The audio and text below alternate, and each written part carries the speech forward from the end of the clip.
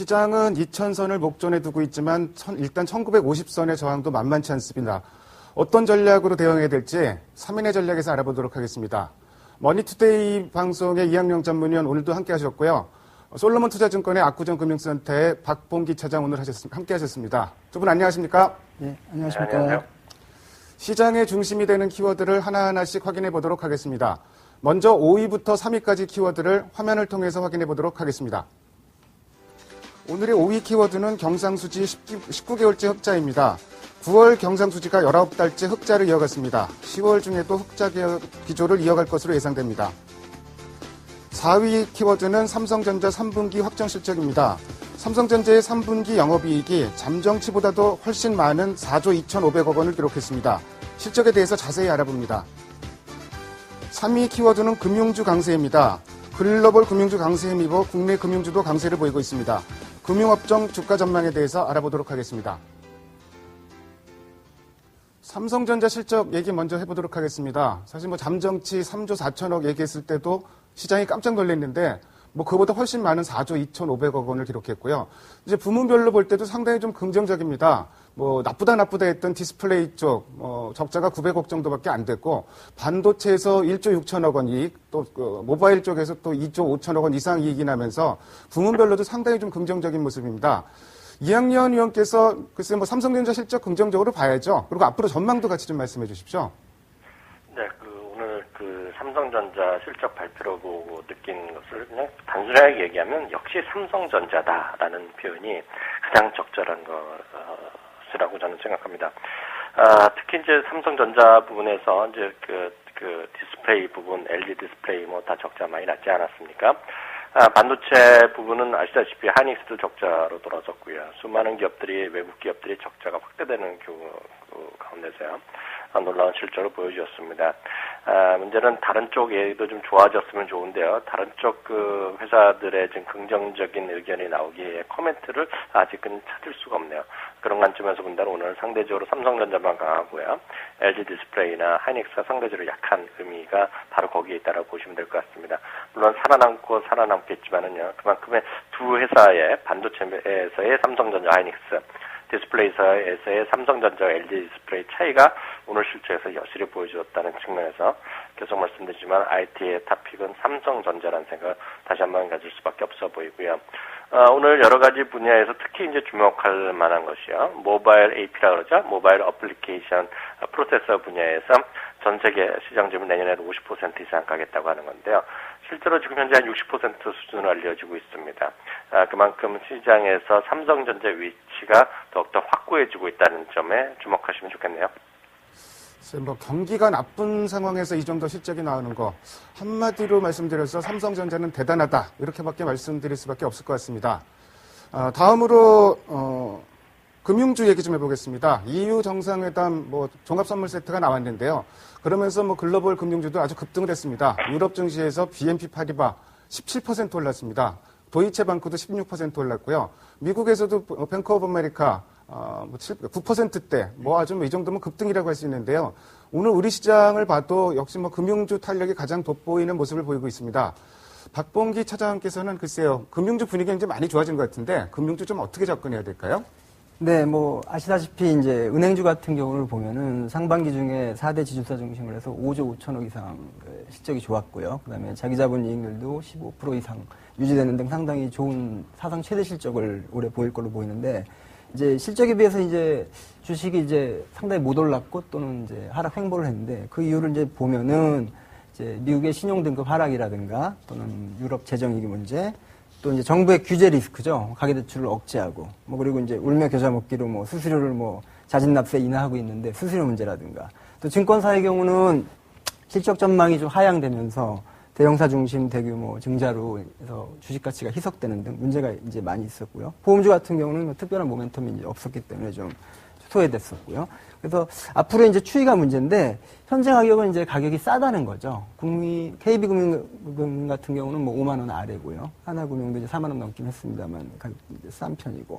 그래서 전체적인 대내 악재에 이제 민감하게 반영을 하지만 그 부분이 이제 문제긴 하지만 현재 가격이 저평가 구간이기 때문에 외국인 기관 등의 어떤 추가적인 매수가 있으면 한 10배에서 20% 정도는 추가 상승이 가능하지 않을까 그렇게 보고 KB금융이라든가 이제 외환은행 문제가 좀 잘 풀릴 것 같은 이제 하나금융이라든가 뭐 대우증권이라든가 이런 중심으로 해서 추가 상승을 할 수 있는 여력은 충분히 있다 그렇게 생각이 됩니다. 역시 뭐 대표 선수들 위주로 접근하는 게 맞다고 보시는 것 같고요. 네, 그렇죠. 아무래도 이제 리스크 해소 차원에서는 그렇게 접근하는 게 맞겠죠. 뭐 금융주 지금 뭐 여러 수수료 문제라든지 정부 규제 여러 가지 악재는 있지만 주식이라는 거는 주가가 가장 중요한 것 같고요. 주식, 주가, 낙폭 이런 부분을 감안할 때 현 단계에서 좀 매수해도 될 것 같다. 좀 이런 의견을 주셨습니다. 다음으로 오늘의 2위 키워드를 화면을 통해서 확인해 보도록 하겠습니다. 오늘의 2위 키워드는 유로존 종합 처방전입니다. 뭐 처방전이라기보다는 뭐 종합 선물 세트 같은데요. 그리스 헤어컷 비율 50% 얘기를 했고 EFSF 증액 1조 원 뭐 보증 얘기까지 나왔었고요. 뭐 일설에 따르면은 독일의 메르켈 총리가 회의 중에 거의 뭐 협박을 했다는 얘기까지 좀 들리고 있고요. 뭐 유럽 은행들 자본 확충 규모 뭐 1,060억 유로 뭐 이 정도 세 가지 정도가 이제 확정적으로 좀 나왔습니다. 그동안 불확실했던 게 싹 거치는 모양인 것 같은데요. 이학년 위원께 좀 여쭤보겠는데, 참, 뭐, 이제 유로존 문제, 불확실성 이제 거의 뭐 해소됐다고 봐도 무방할지요. 근데 또 한 가지 더 여쭤보고 싶으셔는, 그 헤어컷 비율이 50%면은 사실은 그 유럽 은행들 자본 확충 규모가 1,000억 유로라고 했었는데, 그거보단 조금 더 늘어나야 되지 않겠느냐 이런 얘기들도 나오고 있는데, 이런 부분에 대해서도 종합적으로 좀 말씀을 해 주십시오. 네, 그 얘기하신 대로죠. 지금 그리스의 부분 어저께 이 시간에도 말씀드렸다시피요. 많이 해결되는 쪽으로 갈 수밖에 없다라는 생각. 그리고 미국 쪽의 시각을 어저께 두세 명의 전문가를 제가 직접 소개해드렸는데요. 그만큼 시장에서의 방향은 그리스 문제뿐만 아니라 유로존 전체 문제가 좀 해결의 방향으로 조금씩 진행되고 하고 있다는 것이죠. 그리스조차도 지금 50% 헤어컷 비율 만족감을 표시했고 그 정도면 자기네들이 다 유지해 나갈 수 있다는 얘기했습니다.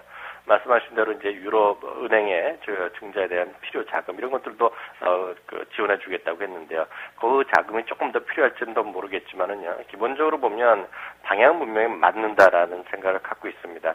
다만 이제 몇 가지 문제들은 아직도 남아 있죠. 왜냐하면 구체적인 안은 올 연말까지 이제 다 이제 하면서 세부적인 안을 이제 계속 얘기하겠다는 것도 있고요. 또는 이제 하나는 이제 스페인과 이태리 물론 얘기는 다 발표는 했고 합의에는 들어가 있지만은 정말 이들이 그리스는 여태까지 속이고 이제 막판에 몰려서 완전히 거의 항복한 거나 마찬가지인데요. 이런 스페인과 이태리도 정말 재정 감축 노력을 정말 절실하게 해야 되는데 그런 것들에 대한 여전히 약간의 의구심이 남아 있습니다. 그렇지만 그럼에도 불구하고요. 미국 쪽의 시각은 대부분은 명쾌합니다. 무슨 얘기냐면 그리스 문제는 이제 해결적으로 가는 것이다라는 생각을 갖고 있고요. 다만 이제 미국 나름의 문제만 이제 해결하면 되는 거죠. 누차 말씀드렸다시피 미국 스스로 소비가 살아나고 미국 스스로 실업률이 해결되고 이런 것들. 그래서 주택 가격 정말 여러 가지 노력을 하고 있는데 이런 것들 미국의 근본적인 문제가 해결돼가는 것이 이제는 새로우면서도 다시 3개월 만에 다시 들어온 미국의 문제가 시장에 다시 중심에 섰다라는 생각을 갖고 있습니다. 국지적으로 뭐 여러 가지 돌발적인 사안이 앞으로도 계속 튀어나올 것 같습니다. 그렇긴 하더라도 큰 맥락에서 보면은 유로존은 이제 거의 가닥을 잡아갔다 이렇게 보셔도 될 것 같고 이학년 위원께서도 이제 좀 전에 말씀하셨는데 이제는 유로존보다는 미국일 것 같습니다. 이제 다음 주에도 이제 여러 가지 미국 관련해서도 일정이 있는데요. 뭐 연준회의도 있고 뭐 G20 정상회담도 있고 EU 재무장관 회담도 또 있습니다. 그리고 뭐 여러 가지 경제 지표, ISM 제조업 지수라든지 다음 주 금요일엔 또 이제 고용 지표가 발표되는데요. 박병기 차장께서 글쎄 뭐 다음 주 뭐 일정상 좀 체크해봐야 될 부분, 또 눈여겨볼 부분 이런 거 있으면 좀 짚어주십시오. 네, 뭐 이제 다 알고 계시는 사안인데요. 유로존 문제에 대한 어떤 세부적인 방안을 G20 정상회담을 통해 가지고 좀 구체적으로 이렇게 좀 어떤 대응 방안이나 이런 세부 사항 갖다가 이제 논의를 해봐야 될 거고요. 이제 물론 이제 지금으로서는 이제 어떤 결과가 나올지 단언하기는 어렵습니다만 그 부분들을 가장 이제 체크해야 될 부분이고요. 그 다음에 이제 FOMC 회의가 11월 1일 이제 예정이 돼 있는데 지금 지난주 18일 보스턴에서 버냉키 의장이 이제 연설을 통해서 얘기를 했었는데 어떤 물가 안정이라든가 경제 활동이라든가 고용이라든가 이런 안정적인 어떤 조치를 위해서 필요한 조치를 계속 하겠다. 그렇지만 특별한 어떤 정책을 갖다 시행을 한다든가 이런 거에 대한 언급은 없었지만 어떤 의지라든가 이런 건 표명을 했기 때문에 거기에 대해서는 이제 긍정적으로 해석이 되는데 특히나 이제 뭐 예. 그 모기지 채권 매입 관련해서 이제 뭐 발언들이 좀 많았었죠. 예, 예. 그래서 추가적인 지금 전문가들 예상은 추가적인 양적 완화 조치는 아마 없지 않을까 지금 그렇게 예상을 하고 있는데요. 일단은 방금 말씀하셨던 그 ISM 제조업 지수라든가 고용 지표라든가 이런 거는 지금 전월 대비해서는 상당히 좋게 나올 거로 예상하고 있습니다. 그래서 고용 지표를 보면은 비농업 부문 고용이 한 10만 명 정도 증가될 것으로 예상이 되고 있고요. 실업률도 전월과 같은 9.1% 정도 지금 예상을 하고 있어서 지금 그리고 어떤 그 각국의 우리나라를 비롯한 그 유럽 그 빅스 변동성 지수라든가 CDS 프리미엄이라든가 이런 부분이 다 안정이 되고 있기 때문에 제 개인적인 견해로는 더 이상 그 돌발 악재는 크게는 나오지 않지 않을까 그렇게 예상이 됩니다.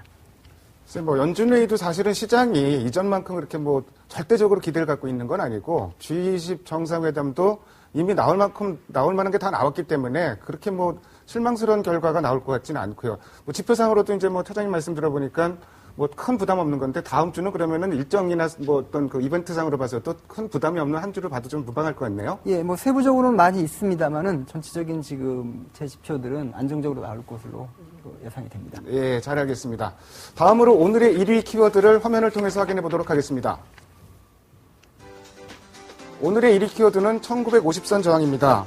뭐 유로존 기대감으로 뭐 급등세로 출발을 했는데 역시 뭐 1950선 만만한 지수대는 아닙니다. 그래서 뭐 지금 시장 그 코스피는 현재 8포인트 정도 장중 마이너스까지 돌았었지만 다시 그 힘을 내고 있는 모습이고요.